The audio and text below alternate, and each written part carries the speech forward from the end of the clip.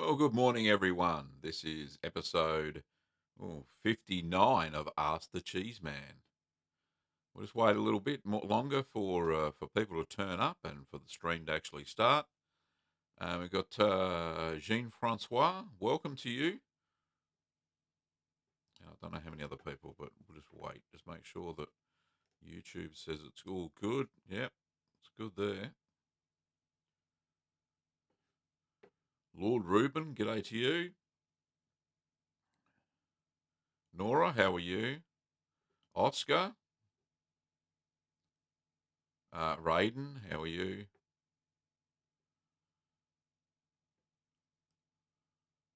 All right, we'll start off with the main title. Well, g'day, curd nerds.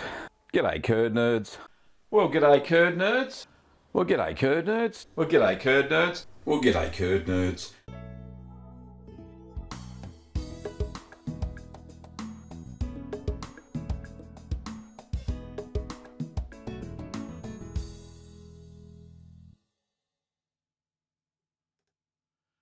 Well, as I mentioned before, welcome to Ask the Cheeseman episode 59. This is where you get all of your home cheese making questions answered.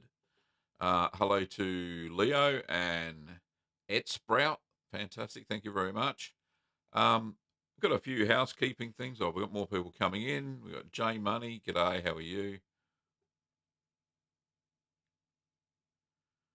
And yep, it's all good. All right. Louis, g'day, mate. So today's patrons, or this week's patrons, are Kevin, Lee, and Donna. Thank you very much for your patronage. Greatly appreciated. Now, the observant ones among you would know that my podcast has actually started again.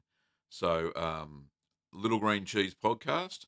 All you have to do is go to the URL down there, just there, littlegreencheese.com. And you'll see the latest episode of my audio podcast. I think it's episode 67. And they're a lot of fun. I've made quite a few, so I've pre-recorded a whole bunch. And hopefully I'll get some time once they start to run out to pre-record a whole bunch more. Also on the video front anyway, this week's video will be Farmhouse Cheddar Blue. That's just being inspected by the YouTube gods. And another highlight is that I'm making a cheese today, a queso fresco with chili flakes, and that is for my daughter's engagement party on Friday night. She's having one of those tiered cheesecake things, so that'd be pretty cool.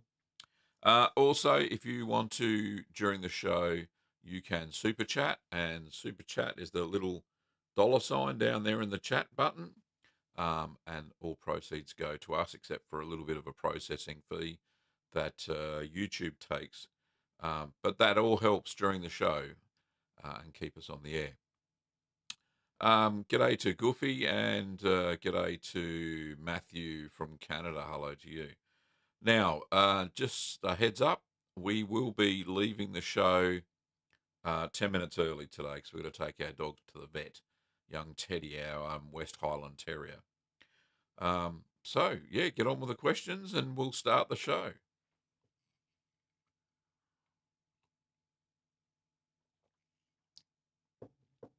I know you've got some burning cheese questions out there, I'm sure.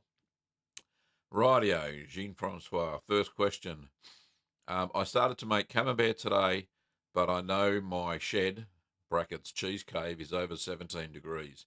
Can I mature them in my normal fridge? How long do you think it will take? Yeah, good question. Yes, I would not put them in your cheese cave, but yeah, mature them in your normal kitchen fridge is 3 degrees. So normal kitchen fridges stay at about 4 degrees Celsius. So try to find the warmest part of your normal fridge. And at 4 degrees C, they'll probably take about another week longer than the 4-week period it takes for camembert to mature. But they will mature, and I think they'll be quite nice. Oh, Kim says, sorry, he's having a haircut. He's not going to the vets. He's all good. So just a haircut. He's a scruffy looking mutley. All right, Damien says, thanks for this week's video. It was happy to see the recipe given in my classic style. My wife and I hope you keep up the good work. Hope all goes well at the vet. Yeah, sorry, Damien. I got confused. It's not the vet, it's a haircut. So, no, he'll be fine. Um, yeah, so I've had a good response from the. Um, uh, there's a fly in the room. I've had a good response from that recipe, the mushroom risotto. We're going to keep that up.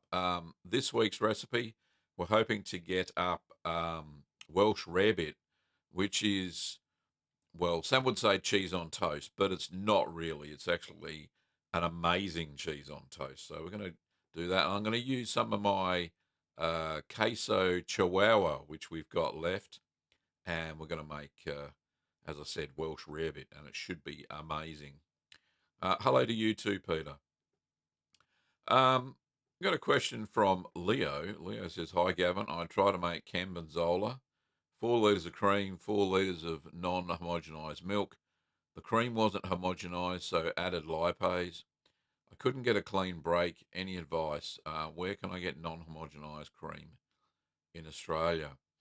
Um, yeah, it's troublesome, Leo, that it could have been because of the high cream content. I actually haven't seen many recipes for Cambenzola that has that amount of cream. So, um, I actually got some non-homogenized cream that had been pasteurized, and that was from my local, well, sponsor of the show, um, Inglenook Dairies here in Victoria. But there must be some local dairy producers around you or close to you. Just have a look. Um, Best place to look for those sorts of milks are the independent grocers. So um, try IGAs or Foodland or those independent sort of grocers, the ones that aren't Coles and Woolworths here in Australia. You'll usually find milks that are from local producers, and then you can track them down, use their website on the back of the milk carton, and see what they've got. That's the best way to do it. Adam says, is blue mold on a Parmigiano Reggiano rind an issue? Have never seen it before. Not really. If it's just powdery, then just brush it off. That's why every day with proper Parmigiano Reggiano, they actually brush the top and the bottom and the sides with a robot. So that's how they get rid of that. And they do put a bit of olive oil on the rind, and um, that's how they keep it consistent without any blue mold on it. Okay, William says, "Hey Gavin, I tried the mushroom recipe and it was fantastic, 10 out of 10. Thank you very much, William. Yeah, it is. It is an amazing recipe. Um, where did I get it from? I got it from a Jamie Oliver cookbook. I think it's called 30-minute meals or something like that. But yeah, got some great recipes in there. But I was making ones with cheese, so I picked that mushroom risotto. There was only one thing missing, and that was celery at the start. Normally, in his recipe, with the onions that you fry up and the dried porcini mushrooms, then he puts in some celery as well, finely chopped celery at the start. It doesn't make that much of a difference, especially to the mushroomy flavour. It just gives it a bit of texture. Okay, so Nora says, what cheese aging in your cave right now are you most excited to taste when it finishes? There's two that I'm excited about. So there's the Pecorino Romano made with ewe's milk, and the other one is the Tome or Tom that I made quite a while ago that I haven't taste tested. It's well past its taste test date by about a month. So there's two in the cheese cave I'm very excited to taste. The Farmhouse Cheddar Blue that I've been making, it's only early days yet, is looking okay. So I'm very excited about that one as well. All right, that's three cheeses. Okay. Dio says, my mozzarella doesn't seem to melt very well. Any tips? Depends on which type of mozzarella. If it's the Quick mozzarella, yes, it doesn't melt all that well. It kind of just flattens and gets grilled brown bits on top when you cook it, as for like a pizza. Uh, Traditional mozzarella, or the cow's milk type that I made with starter cultures, does melt properly. So you're going to have to try that one. The quick mozzarella doesn't particularly melt that well, but the the traditional one does. All right. So Adam says, I have a white cheddar aging. Can I make a solution with Penicillium roque 40 to make it a blue cheese? Unfortunately, not. You have to inoculate the cheese either during, before. Sorry, start again. Hang on. I need a coffee. That's what I need. So you need to add the blue mold or Penicillium roque 40 either at the inoculation stage when you add the starter cultures, or sprinkle it into the curds when you just before you press the cheese for the first time. That's the only time you can add Penicillium roque 40, and it will actually penetrate inside the cheese when you stab it with your whatever device you're making the holes with. Geordie says, I've been making kafili following recipe, but couldn't get the curds small enough or the curds to knit together for the cheddaring. A lot of Milky Way was coming out. Any suggestions? Not really, without actually photos and seeing what's happened. It could be that you didn't cut them small enough, which I know can be difficult, but if you're really having that much trouble, then you could probably use a balloon whisk and get away with it. That's probably the only suggestion I could come up with, because when you press and a lot of Milky Way comes out, it means there's too much whey locked into the cheddar, into the curds, and they haven't shrunk enough during the stirring phase, and then they won't knit together either. So, yeah, concentrate on your the cut, the size of the curd when you cut it. Okay, Raiden says, what can someone use in place of a cheese press? Well, there's lots of things you can use in place of a cheese press. Something as simple as weights. Get a board with something underneath it to press the plate, the follower on the cheese basket, and place weights on top. That seems to work. A bit of a balancing act. There is actually a video, Kim, if you can pull that one up, about all of the DIY cheese presses, and you will be able to have a look at some of those. There's a video on that. Famil, hi Gavin, Kim, and fellow Curdners. Yes, g'day to you. Nora, thank you very much for that $2 super chat. Every little bit helps keeping the show going. Kringus says, you and your cheese videos make me happy. Thank you, good sir, and can't wait to get the chance to make my own. Charlie says hello. Hello, Charlie. And Geordie says, love the latest cheddar with blue mold vid, the perks of being a patron. Yes, indeed. The one of the perks of being a patron is that you get to see the video 2 to 3 days earlier. Because of the way YouTube works and the way their monetization works, I have to upload the video 2 to 3 days before it actually goes live. And that's so it can be scanned for non-advertiser friendly content or what have you, right? So what I also do is I upload it to patrons only, and they get it 3 days ahead of everybody else. So as Geordie said there, he has enjoyed the video before everybody else has seen it. So you guys have to wait until, say, Friday morning at 8 o'clock my time. Yeah, so that's pretty cool. And Nora says, thanks for the cheese knowledge. Thank you very much again, Nora. Charlie says, Gavin, just wrap my Stilton in tin foil and notice the holes in the middle are blocked. Should I re-stab? Yeah, Charlie, it's probably best you do. One recommendation, and it was from Brendan, who's usually on the chat. He uses a drill bit, a small drill bit, about that long, and he sanitizes that, so boils the drill bit, and basically drills a hole into the cheese, so each of the holes. And because the drill bit has that, the way the shaft's made, the cheese bit comes out with it. It doesn't reclose, doesn't close up again. So that's a suggestion. I haven't really had to use that. But yeah, if you think some of the holes are blocked, then give them a restab. Raiden says, thank you. You're welcome. Kim, thank you for that link. Appreciate it.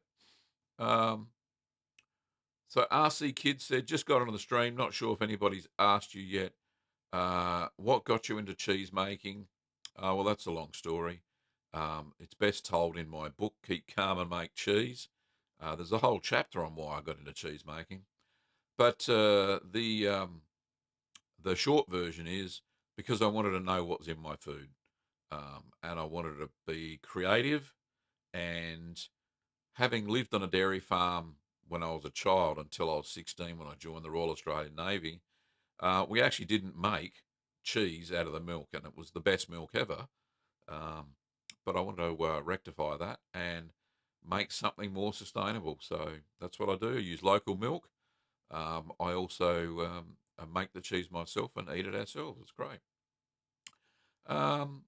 Okay. Lynn says hello. Hello, Lynn.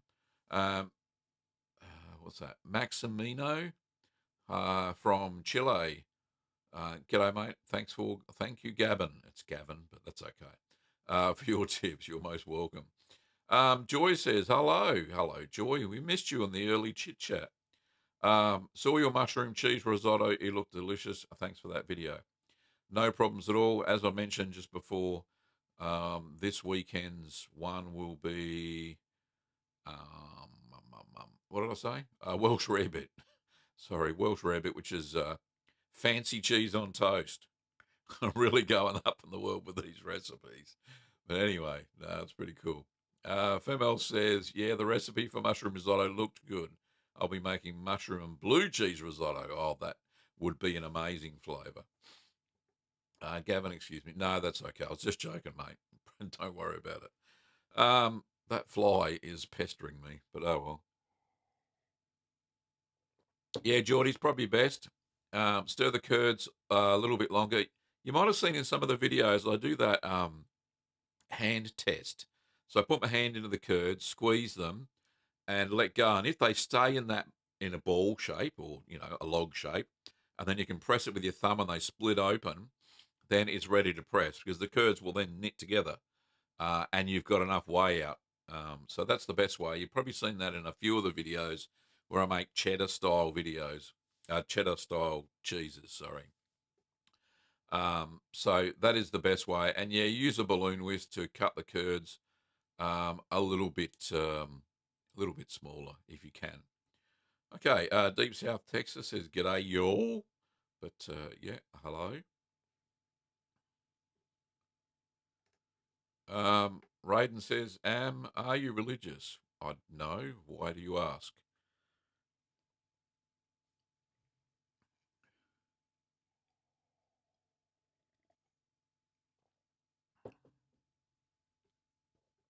Okay. Time for illumination. Hi, how are you? We seem to have a lack of questions, so put your thinking caps on and see what you can come up with. Um, I, I'm here until 8:50. We've got a lot of time. Anyway, what I can do is, how did I get into the business? Now that is a good question. So the business of selling cheese stuff, I haven't actually. I don't have a license to. Thanks, Kim, for that recommendation. I'll get rid of this fly. We don't sell our own cheese. Not allowed to. We're not licensed by Dairy Australia to sell our own cheese. However, we're allowed to sell cheese making kits and all that sort of stuff. How do we get in the business of that, and how do we get in the business of teaching? Is probably one that I've never been asked before. So it was about 2009 ish. Kim and I were members of the Melton Sustainable Living Group, and I suggested that I just made some cheese. I went on the cheese making course um, at the Melton South Community Centre. I learned how to make feta. And then from that day forward, I kind of like started making cheese every weekend because I got bitten by the turophile bug, basically. And so I suggested that I teach everybody how to make quick mozzarella in the group. So we had 8 people put their hands up for a free course. Um, I think about 6 turned up because, if you don't put any value on something, people don't seem to think it's worth anything. So we had 6 turn up and we made some quick mozzarella. And I'd already been an instructor in the Navy for about 7 years, so I knew how to teach a class. Um, so that with that class under our belt, we were actually approached about a year later by a member of the committee of the Melton South Community Centre. And the really cool thing was they knew that we taught cheese making. So we taught a class of cheese making to 8 students. And that was absolutely fantastic. We had a great time. And then the feedback was so great after that class, they actually asked us, did we teach anything else? So we said, well, yeah, we make our own soap. So Kim and I came up with a course outline and we started teaching that. And from there, we now teach bath bombs. We teach 3 different soap classes and the whole bunch. So that's very cool. And then we made ourselves into a business so we could sell kits and stuff online. And if you pop over to littlegreenworkshops.com.au, you'll see the efforts of my hard work. I actually completely built the website from scratch. It's a full-blown e-commerce store that we use to ship out all the orders that people get us. Anyway, so that's kind of how I got into business. Hopefully that wasn't too boring, but that's what happened. And Kim said, tell a joke. Yes, all right. I've got a joke. Got me joke from the Say Cheese book. All righty. So I hope you're ready for this. What is a cannibal's favourite cheese? Anyone? Bueller? It is Limburger. Oh, that's hilarious. Anyway, there's more cheesy jokes in that little book. We've actually got those for sale at littlegreenworkshops.com. Anyway, Time for Illumination says, from you being a dairy farmer, is milking cows cruel? No, it's not. It's no crueler than their own calves suckling on their teats. Um, I do remember my father had a herd of about 80 cows, which is fairly small these days. And they were milked twice a day. And even I used to get under there. They didn't complain. You pop your little suction cup things on their teats, make sure it's all washed, of course. And away they go, and they just stand there till they're empty. And while they're getting milk, they're eating chaff out of a big basket in front of them, so they're happy as Larry. So no, it's not cruel at all. Dylan says, I've read some places that kefili is sometimes traditionally coated with flour. Do you know anything about this? No, that's the first I've heard about it, Dylan. And I have seen real kefili actually made from England and Wales, and it doesn't have a coating of flour. If anything, it has a little fine coating of wax, which you just peel off and throw away. Raiden says, what do you call a cheese that is sad? A blue cheese. Nice. Okay, a Glow Schmitz. Hello from Mississippi. What kind of refrigerator do you have for your cheese aging? I have an 8-bottle wine cooler, aged one kind. Can I do more? Your YouTube site is encouraging to me. Thanks. Yeah, so I just use a normal bar fridge, one of those dorm fridges. And I've got an external thermostat on there, and there's a video for that. And Kim, Kim can put up the video link to that. Deep South Texas, did I find a recipe for Perrano? No, I haven't yet, and I've been searching high and low in all the forums and all that sort of stuff. So no, I didn't. Kim says I took all the photos. I didn't get it. Lol, other joke. Yes, Kim did take all the photos for our website. It's all fully built in-house at littlegreenworkshops.com.au. Femel said Limburg is a province in the Netherlands and Belgium. The residents are called Limburgers. Well, there you go. Yes, Joy, thanks for helping Kim out with that one. I often see the term farmhouse cheddar. What is the difference between farmhouse cheddar and regular cheddar? Good question, Waldo Wok. Farmhouse cheddar is traditionally a stirred curd cheddar. So instead of going through the cheddaring process where you have slabs of curd and you stack them on top of each other and let them drain away, which is normal cheddaring process, farmhouse cheddar is basically stirred. The curds just expel more whey that way, and too many ways there. But yeah, that's the main difference. One's stirred and one's stacked, as in slabs of curd are stacked. Anna, g'day, how are you? Kim says, thank you, Joy, yes. And what have we got there? What's Donald Trump's favourite team cheese? Stormy Daniels. Oh, my goodness. Yes, bit of a controversy there. Geordie says, I have a sort of a cellar. The temperature is 13 and 75% humidity. Do I still need a maturation box? Oh, it's touch and go there. Usually 80% humidity is the lowest. You could give it a go. There's no reason why you can't try it at least. But if your cheese starts to crack in the rind because it's too dry and not enough humidity, then you're going to have to use a maturation box. But give it a go, Geordie. Lynn says, can I make Oaxaca cheese? Yes, it is on the list from last week. It is one of the cheeses I'll be making soon. It is a stretch curd cheese, so it's always good to have a go at those stretch curd cheeses. Sometimes they don't work, but most of the time they do. Neil says, g'day, Gavin. The pecorino sounds delicious. My favourite cheese. Yeah, it should be. It's going to age for about a year, so it's still in the cheese fridge now. I think I made it in December last year. So a little bit of a ways to go before we try that. John says, oi, Gavin, I want to make Parmesan but can't get low-fat milk. Do you happen to know a way to lower fat of raw milk? Thanks for all you do. Yeah, basically all you do, John, is let the milk sit overnight. Cream will start to float to the top. Skim off the cream with a skimmer or a spoon, a flat something, so you don't mix up all the cream.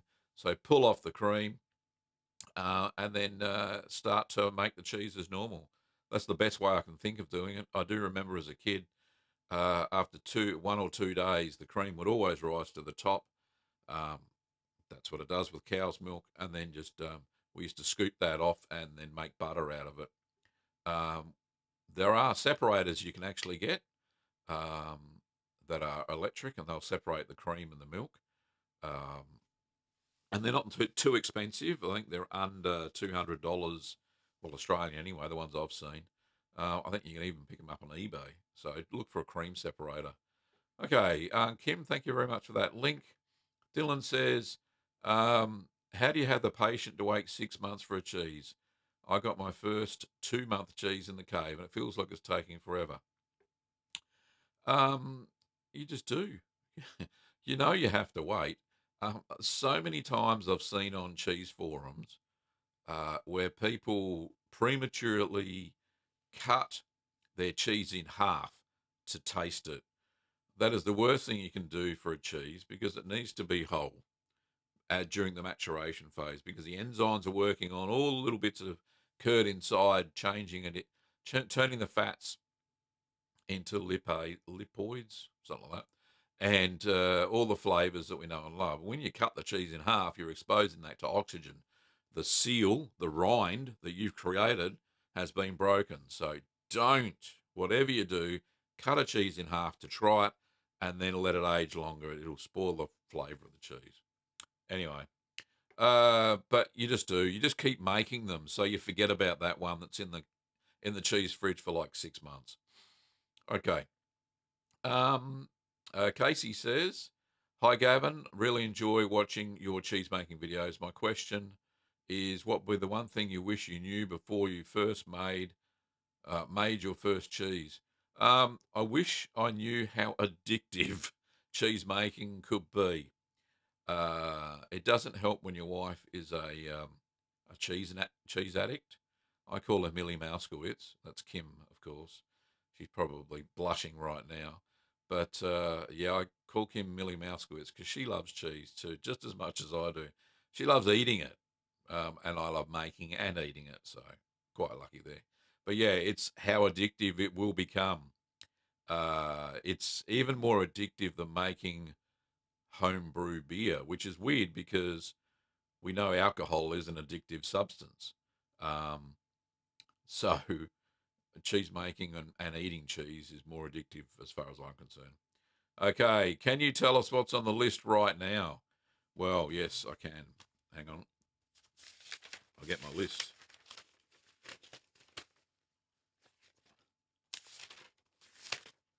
So far, the main requests are Oaxaca. Also, Cambenzola is another one.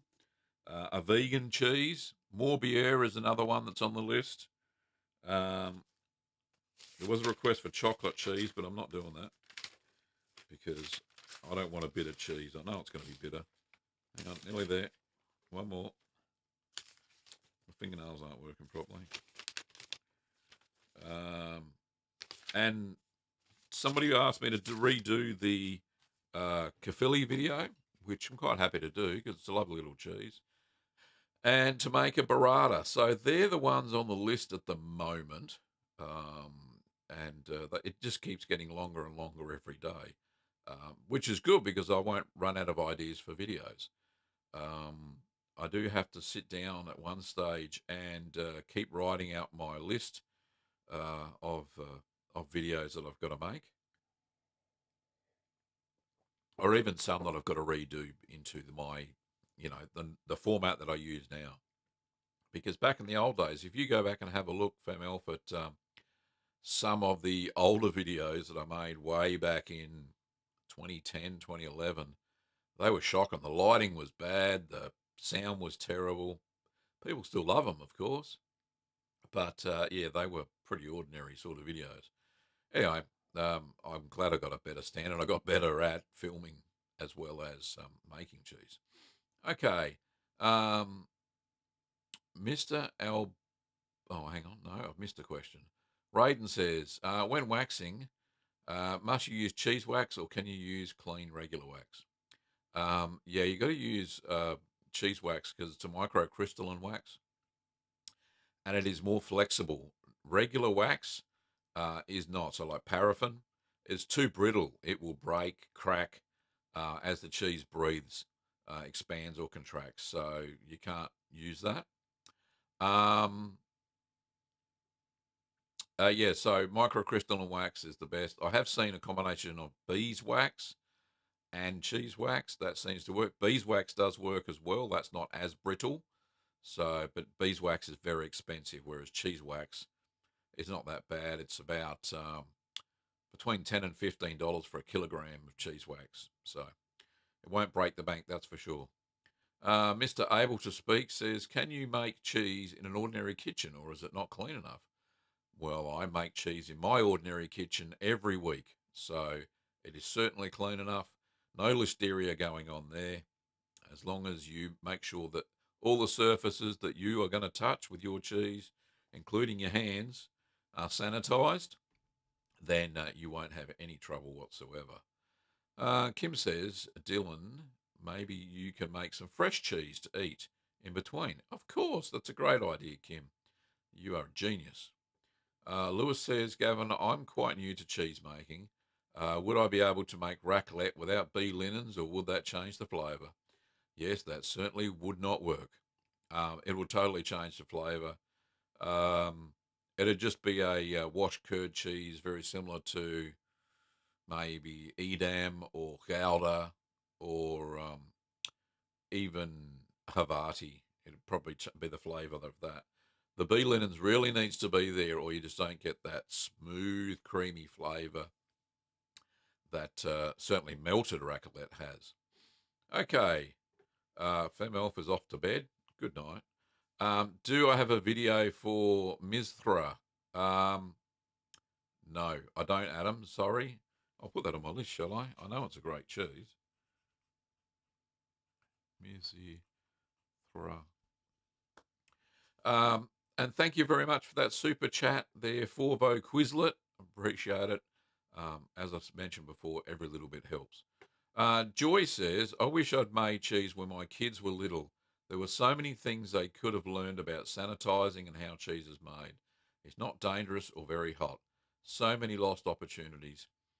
Yeah, look, I totally agree, Joy. I did teach Ben how to make queso fresco for one of his birthdays, but he just hasn't taken any interest. He loves eating the cheese, mind you, because I make it, but he just doesn't have the interest in standing there for hours on end, stirring a pot and making cheese. I find it so relaxing. It really, really is. If I'm having a bad week or even a bad day, the best thing you can do is go and make cheese because it calms you down. It certainly calms me down. It's just the whole process. You've got to be intent and you've got to be attentive to what you're doing in front of you. Your thoughts can't drift off to whatever's been troubling you. You concentrate on the cheese, and it's just absolutely fabulous, and it keeps you focused on what you're doing at that time. That's one of the reasons I love making cheese because it's my zone. I'm in the zone, It's really good. Okay, there's some more questions. Sorry about that. For VO Quizlet, and thank you for the super chat. Do you have the same compressor limiter gate you had in the audio equipment video? Yes. Yes, I do. It's still functioning. It's still working. I can see the little lights flashing on it now. Unfortunately, I can't pull the camera off and show you because it's mounted. Yes, the compressor limiter gate. Look, any version will do. I think this one was about $200, and I think it's some Chinese brand, but it works fine. It's a great little unit and keeps my level consistent and locks out any background sound. So anyway, hope that helps. Jean-Francois, do you have a recipe for epois? Yep, I think that's how you say it. Yes, I do. I better put it on the list. I think it was. But it's very stinky. So Kim probably won't enjoy it as much as the maturation, that is. Won't enjoy it as much as I will making it because she has a bit of a problem with the smelly cheeses. Loves eating them, but a bit of a problem. Okay, Anna says, Gavin, can I use mesophilic culture to make Parmesan cheese? Unfortunately not. The mesophilic starter culture will die once you go over about 39 degrees Celsius. And to make Parmesan or Parmesan style of cheese, you've got to go to about 52 degrees Celsius. So they'll be well dead. Thermophilic is absolutely essential to make that sort of cheese. Okay, Dylan asks the best cheese to pair with fruit. The softer cheeses are the best to pair with things like dried apricots, quince paste, figs, dried figs always come to mind. That's the best sort of softer cheeses. Any good cream cheese is fantastic. In fact, this is one video I've got to make, and this is a cheese ball. I made it for a party we had not so long ago, and I used that crappy Philadelphia cream cheese by Kraft, and it just wasn't the same. But it did taste amazing because of all the other bits I put into the cheese ball. I think that would be a very fun recipe to make again. Anyway, Body Surfer says Danish Havarti Danish Havarti I've had from the homeland is incredibly pungent. What is that just a matter of aging to duplicate? Yes, it is, because it does get a little bit tacky and it does have a great aroma. So Havarti is an amazing. Tony said, isn't Mizithra ricotta? Kind of, but there's a little bit of a twist in it because I think it's made purely from goat's milk as well. So it's a little bit like Cherv, but not as grainy. Jean-Francois says, what we love is that you have the passion of what you do. Thank you very much. Yes, I'm a passionate sort of guy when it comes to cheese making. Oh, and my lovely wife. Okay, that was for her because I know she's watching. Geordie says, I can get access to raw milk. Can I make any cheese with no starter culture? Well, yeah, you can. You can make any cheese you like without any starter culture. They all have the relevant natural flora in the milk. The problem is you won't know what sort of flavour you're going to get because you can't test what starter cultures are actually in there, or what lactic bacteria are present in the milk before you start. That's why it's always best to add a little bit of culture if you can.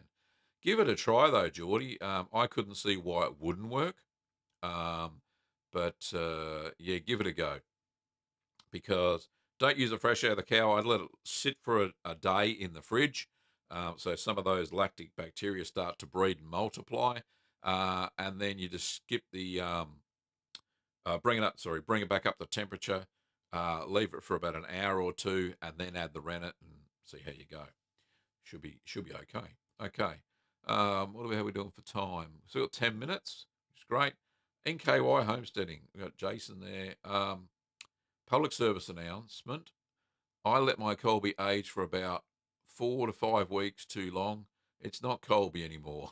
I'm not sure what it is. It'll probably be a lot sharper. The longer you age it, the sharper those cheeses go. Anyway. Anna says, I mean only mesophilic culture. Can I use mesophilic? Yeah, it's the same. Yeah. No, you've only got your mesophilic, right? As far as I can see here. So yeah, if you've got mesophilic culture, you can't make a Parmesan. You've got to have a thermophilic. There you go. She said, thank you. Thanks. No problems. Okay. Mustafa says, hi, Cheeseman. That's me. I'm your big fan from Turkey. I'm studying now and just listening to you. No problem. It's fantastic. Now, speaking of listening, don't forget that there are new podcast episodes. So if you can't get enough video content, you want to listen to me on the train or whatever during your commute, then pop over to littlegreencheese.com, and you can subscribe via whatever podcast app you love. There are buttons there to do that. And there is a podcast episode coming out every week now. Wednesdays at 7 a.m., I think I've scheduled them for. So an hour before this show goes live, just for you. They're about 20 minutes long-ish, and they've got lots of listener questions, very similar to what you guys and girls are doing right now, but in audio. So check out that. If Kim can put up the link to the podcasting category for Little Green Cheese, if you can find it, love, that will be fantastic. Okay, Joy says, I made provolone, but it had, oh, sorry, hang on. I made provolone, but had a house water issue and had to stop. So I pressed it. A few days later, I stretched in hot water. It worked. Not perfect, but it still worked. It's my husband's favourite. Yeah, I think the longer you leave it, the more acidic it's going to become, and you won't have to muck around so much. So Joy, it's a good way of doing it. Next time I make provolone or any stretch curd cheese, I'm going to leave it for at least 12 hours before I even attempt to stretch it. I'll check the pH with my pH paper, and make sure it's between 5 and 4.8, so it's acidic enough to stretch. Okay. Dustin says, I left a message on your website a while back and not sure if you got it. I found a way to cold smoke cheese on my grill that works very well. I don't think I got that one, Dustin, but yeah, let us know how you did that. That would be fantastic. Kim has found the podcast link. Fantastic. Well done, darling. So go and listen to those. Dylan says, definitely listen to the podcast on the train. It's really great. Yeah, have a lot of fun with that because I know I'm not live, so I can make more jokes and stuff. It's all clean. All my content is clean because I want to make sure it's all family friendly, so that anybody, any age, can learn to make cheese. So all my stuff is clean. Lynn says, what's my favourite cheese all time? And do you cook with it? And if you do, what's it like? What do you like to make? Lynn, good question. What's my favourite cheese of all time to cook with? Mm. Well, I cook with most of my cheeses, so I can't think of one off the top of my head. That's unfortunate.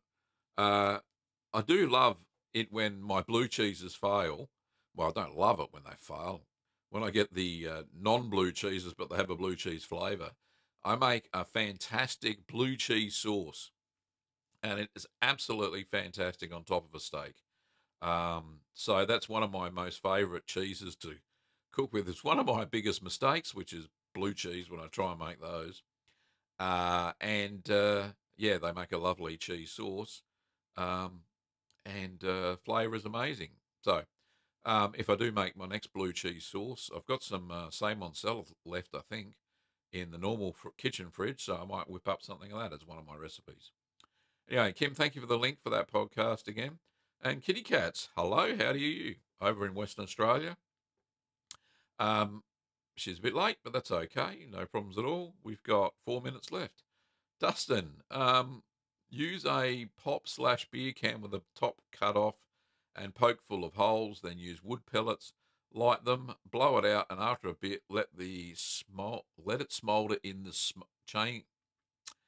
the grill chamber with no burners on. So, for those of you who've got a barbecue with a hood, I think that's, or even a Weber barbecue, it sounds like a perfect way to cold smoke your cheese.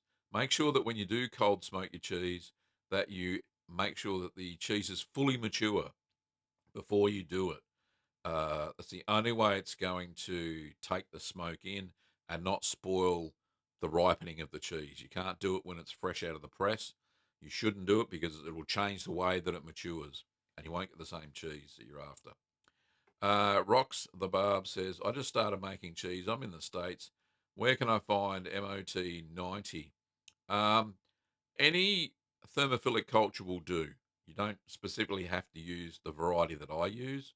My MOT 90 is a combination of mesophilic and thermophilic, but you can just use the thermophilic as long as it's got Streptococcus thermophilus, which is the name of the main thermophilic culture, and maybe lactobacillus um, Debreckian, I think, is the other thermophilic starter culture that could be in there, or Havelicus is the other one. So there's three main thermophilic cultures. You can get them as a blend usually. Just check out your closest online cheese store and you can pick those up. We actually do ship to the US, no problems at all, and the cultures get there safely.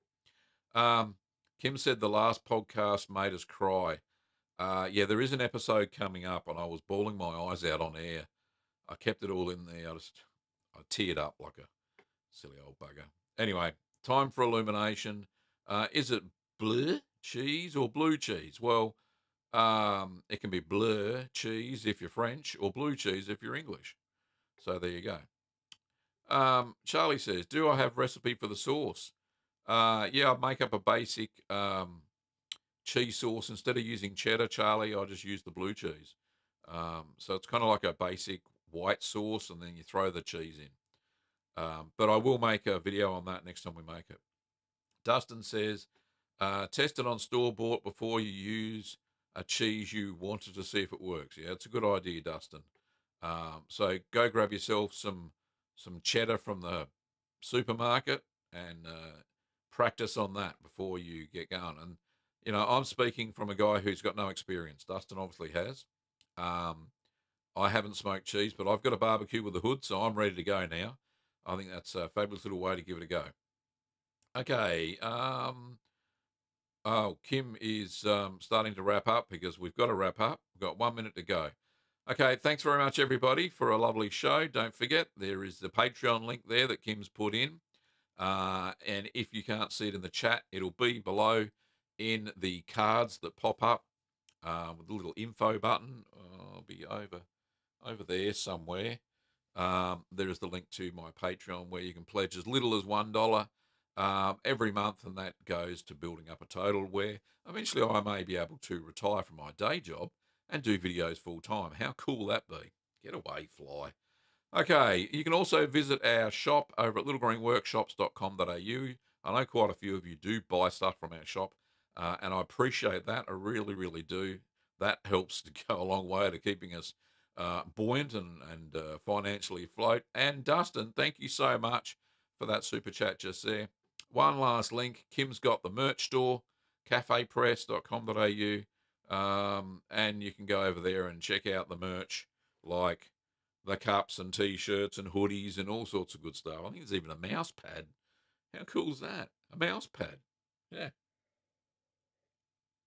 Anyway, thanks everybody for watching.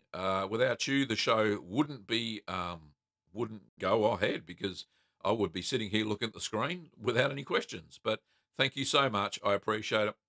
Don't forget my vlog channel where we do videos about all the other stuff we do around here, all the sustainable living stuff. I have been doing a few EV car ones lately because we've got a brand new Mitsubishi Outlander PHEV, which I just love driving in EV mode only. We don't even use any petrol in it, so that's pretty cool. So there's lots of videos on that and other stuff we do, like growing vegetables and solar electricity and all that sort of cool stuff. Anyway, thanks for watching, Curd Nerds, and I'll see you next week. Well, g'day, curd nerds. G'day, curd nerds. Well, g'day, curd nerds. Well, g'day, curd nerds. Well, g'day, curd nerds. Well, g'day, curd nerds.